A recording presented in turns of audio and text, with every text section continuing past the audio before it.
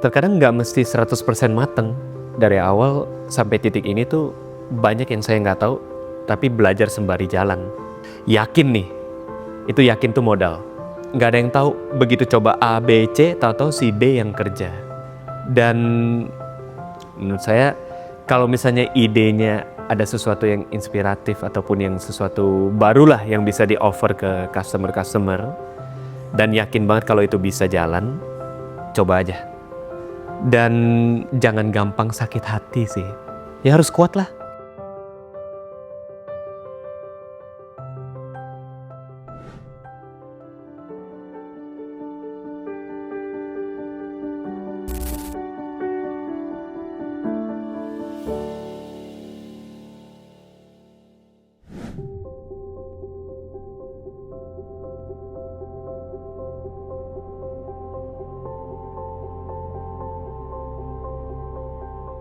Nama saya Stewart Leo. Saya tinggal di daerah Pluit sekarang. Umur saya 28 tahun, kelahiran 96. And saya founder or CEO First Wave Coffee. Latar belakang keluarga, kalau ayah pembisnis, selalu pembisnis. Kalau ibu rumah tangga, as simple as that. Terus kalau untuk usaha nggak ada satupun sih basically yang bisa saya lanjutin. Makanya banyak usaha-usaha yang saya punya itu ya saya bikin sendiri. Pada saat saya kecil, masih mungkin belum 2 tahun lah, mungkin 1 tahunan, dibawa ke pasar.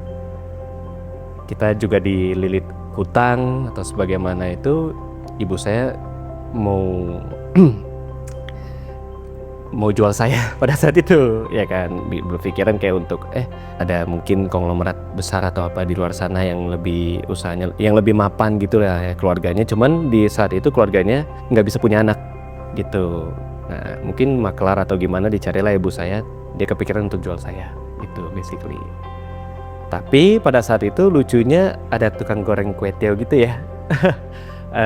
Dia bilang kayak itu bayi lucu banget. Ibu saya udah nangis-nangis. Cuman pada saat itu dia bilang, lu mau kemanain tuh anak? Mau dibawa kemana? Kok lu sedih apa segala macam, kan teman ibu saya. Si tukang kue tiaw itu dia bilang, jangan main lu jual aja kayak gitu loh. Bisa jadi mungkin suatu saat nanti dia yang jadi yang nemenin lu kemana-mana apa segala macam, mungkin belanja di pasar atau sebagainya gitu. Which is surprisingly ya nyatanya seperti itu gitu. Saya temenin ibu saya ke pasar, mungkin belanja apa segala macam.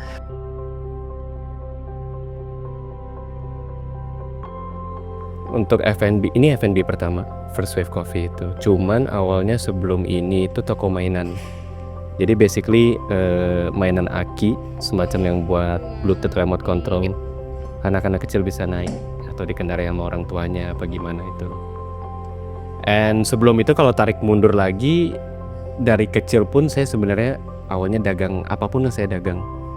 Dari semenjak SD ya saya jualan gitu, mungkin lebih ke permen atau apapun itu. Ketika SMP saya jualan, pernah sekali jualan es cendol.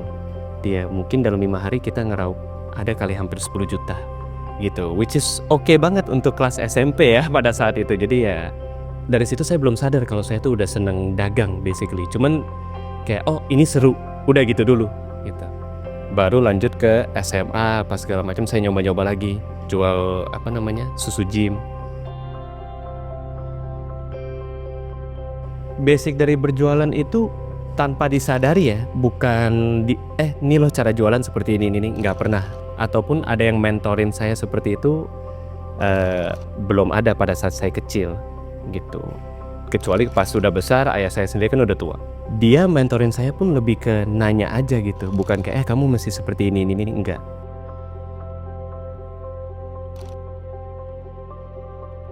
Motivasi itu sesaat menurut saya, lebih ke gue harus lakuin lagi. Tapi kalau misalnya motivasinya udah redup, yang dibutuhin tuh sebenarnya disiplin sih gitu. Jadi lebih dari itu. Kalau misalnya motivasi tapi lagi males atau apa, percuma. Mau motivasi sampai gimana juga sama aja. Justru di saat pas males atau lagi mager banget gitu ya, pagi-pagi bangun tapi ada sesuatu yang harus diselesain gitu ya, atau dikerjain, nah baru yang kayak gitu yang jadi pegangannya kayak gitu, daripada motivasi. Selebih dari itu kalau keluarga mungkin ayah, dimana dia nggak banyak cerita. Justru karena dia nggak banyak cerita itu, saya belajar untuk, oh bapak gue udah banyak susah loh ini tuh apa segala macem. Keluarga kita sering diusir dari kontrakan, dari A, B, C, diusir mulu, telat bayar apa segala macam, tapi dia nggak pernah ngeluh gitu. Justru dari cerita itu saya sendiri bisa ngolah, bisa mikir lah kalau kita yang lebih muda nggak ada alasan sih harusnya seperti itu. Lebih alert lah, lebih kayak gue harus ngelakuin sesuatu yang lain nih. Coba olah itu menjadi sesuatu yang menghasilkan gitu. Barulah tercipta si toko mainan itu.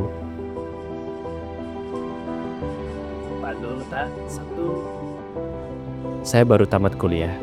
Ibu saya cukup keras, dimana dia bilang, anak-anak gua tuh ngapain kalau udah kuliah mau coba dagang ini itu yang belum tentu pasti. Jadi dia tuh masih persepsi orang tua lah, yang lebih ke apa namanya, bukan diceramain sih, lebih ditegur lah ya, ditegur secara agak kasar gitu. Dari situ saya mikir, ya udah, saya bilang kalau lu misalnya kayak gini terus, saya tuh udah seneng dagang nih gitu. Apapun saya udah coba di skop saya pada saat itu ya, belum nyentuh umur 20. Habis itu saya tanya balik ke ibu saya, lu ada ide nggak buat gue biar saya dagangin aja? Oh, om lu salah satu saudara ibu saya berarti yang ada di Medan, dia buka seperti toko mainan itu gitu. Cuman tempatnya tuh nggak sebagus gimana lah ya, ya serba ada aja kalau misalnya ada mainan, atau nggak ada konsep basically, karena mungkin dari orang tua atau gimana ya. Jadi ya mainan-mainan itu saya lihat digeletakin aja gitu. Hampir sebulan saya belajar itu, setiap hari saya lihat apa segala macam. Dari belajar seperti itu saya mikir oke, ini udah mateng nih konsepnya, saya mau eksekusi. Ya udah, saya beli dulu dari si sepupunya ibu saya itulah ya, yang di Medan itu. Saya jual online dulu, berharap untuk ngerolling hasil itu untuk ngedekor ini. Seenggaknya kalau misalnya saya udah jual online, nama saya kan udah mulai terkenal gitu loh. Bisa ada apa namanya, ada starter lah gitu. Si om itu bilang, ya udah kamu kirim saya uang sekian, yaitu pada saat itu 72 juta kalau nggak salah. Uang sekian, nanti saya kirim kamu mainan-mainannya untuk kamu mulai dagang dulu online gitu. Prospek nih bagus ya kan, saya kirim. Hilang dari 80 yang saya capek-capek kumpulin itu, hilang sekejap aja gitu. Dibilang titik terendah enggak sih, masih ada beberapa poin lagi. Cuman dari situ saya belajar kayak apa ya, nggak mudah jalannya untuk bikin toko mainan itu. Tapi ya mungkin bolehlah bersedih ya 1-2 minggu, cuman coba bangkit lagi gitu. Udah berjalan 5 tahun, namanya Evo Kids Indonesia. Boleh dicek IG-nya. Tapi itu udah autopilot. Modal dan semua dana yang dari situ saya kuras sampai 0, sampai minus bahkan. Minusnya itu ya saya ngutang sama orang-orang segala macam. Saya sisihkan untuk dagang selanjutnya, yang which is pada saat itu saya belum tahu bakal jadi kafe. Tapi saya tahu modal itu saya mau pakai pada saat itu ya untuk nikah. Ketika pada saat udah momen mau nikah atau seterusnya lah ya, saya nggak jadi nikah gitu. Pisah kita sebelum nikah, mungkin beberapa bulan doang sih. Itu titik terendah kalau yang itu, which is baru 2-3 tahun lalu.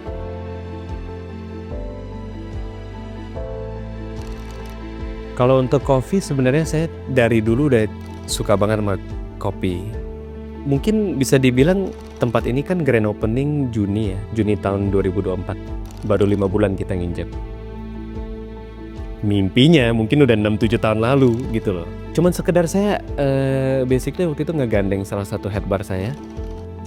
Namanya Michael. Saya bilang kayak, Mike, waktu itu kita lagi nongkrong di Ropang gitu lah ya. Lagi nongkrong, terus saya bilang, lu lu bisa buat kopi kan, gitu. Awalnya dari situ dulu, terus dia bilang bisa. Kenapa? Ya kan, gue lagi kerja di tempat kopi gini-gini. Udah, awal mulanya dari situ dulu. Selebihnya kalau misalnya ngomong kompetitor apa segala macam, tentu berjamur. Apalagi setelah First Wave ini bangun, tentu kita mengasih sesuatu cita rasa yang beda. Contoh kayak coffee mocktail, ataupun beans yang kita pakai, cara kita menyajikan minuman-minuman itu ke orang, gimana sih cara tampilannya tuh beda, ini itu, oh seperti inilah yang kita bisa jual gitu loh. Tempat yang enak, nyaman, ataupun satu grup nih berempat nih pakai laptop, saya ajarin juga semua staff saya untuk ya udah kasih kabel extension atau apa gitu. Ada plus poinnya lah dibanding kafe-kafe yang lain, basically gitu. Jadi dari situ saya pede untuk ya udah buka aja gitu. First Wave Coffee ini kan 5 bulan, Evokits itu 5 tahun. Dana yang kekumpul selama 5 tahun itu kepakai semua untuk di sini lah, basically ya. Sebagian besar kepakai buat di sini. Dimana sekarang ini baru mulai bangkit lagi, basically gitu. Staff awal kita yang grup inti lah pas grand opening itu udah nggak ada semua. Itu challenge pertama. Keduanya ya lebih ke customer, nge-handle customer seperti apa di F&B, terus banyak improve terus lah. Setiap hari kita belajar sesuatu yang baru. Yang lain bolehlah keluh kesah segala macam, tapi kalau saya sebagai yang pemilik ikutan keluh kesah juga, ya selesai lah, udah bubar pastinya gitu. Dan kalau misalnya saya nyerah, makin buruk, makin gak ada harapan, ya punah aja, pupus, selesai gitu. Jadi dari situ, gue gak bisa nyerah nih, gak mungkin. Semalas-malesnya atau mungkin dalam seminggu 5 hari motivasi, bener-bener seneng gitu ya, kayak harus semangat nih. Ada 2 hari malas, ada juga, ada. Tapi di malesnya itu justru saya gak berhenti gitu. Karena gila kalau gue berhenti sekarang atau apa, nggak ada yang mindahin kursi segala macam ke sini. Setengah malam saya nyapu di sini sendiri sebelum ada staff apa-apa. Masih batu bata aja gitu. Baru konstruksi awal segala macam. Baru pasang lantai, nggak ada yang nyapu apa segala. Kalau saya berhenti, udah at any given moment ya, di saat bangun First Wave, kapanpun saya bisa berhenti. Dan banyak challenge juga, dimana mungkin ada 3 titik paling penting ya, dimana kehabisan uang, harus minjem, turunin gengsi, buang jauh-jauh, berani minjem. Ya pada saat itu, ini udah setengah jalan, uang di Evokits juga udah kekuras semua, dan what gitu, ini udah bangin, nggak bisa berhenti. First Wave Coffee itu berdiri di daerah Pluit. Bisa dicek di Google Maps.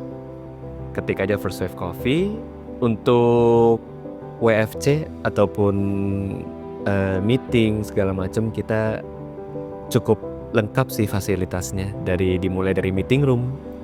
Untuk yang perokok juga kita ada smoking indoor. Untuk yang no smoking kita juga ada fasilitasnya ya di bawah gitu. Jadi please come to First Wave Coffee.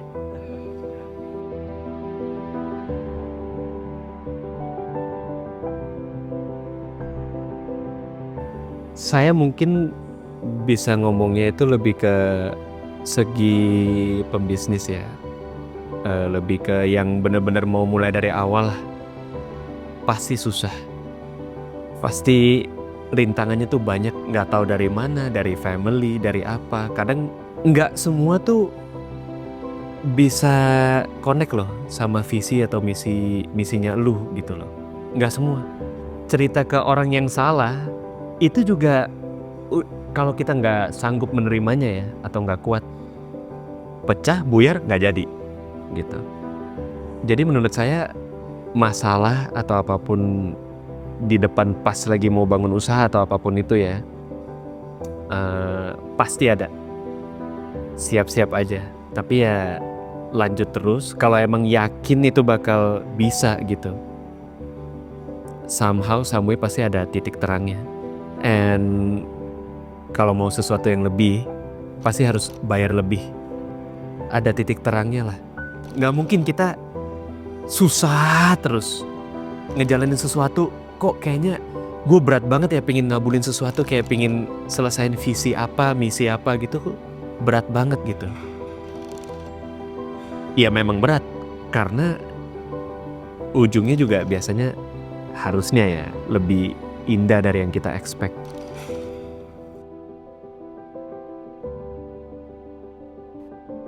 Dari awal saya selalu mimpi sih yang gak pernah padam. Harapan saya itu dimana nanti suatu hari nanti nama First Wave ataupun simbol angka 1 itulah ya, begitu orang lihat tuh udah tahu satu Jakarta dan First Wave itu udah di mana-mana.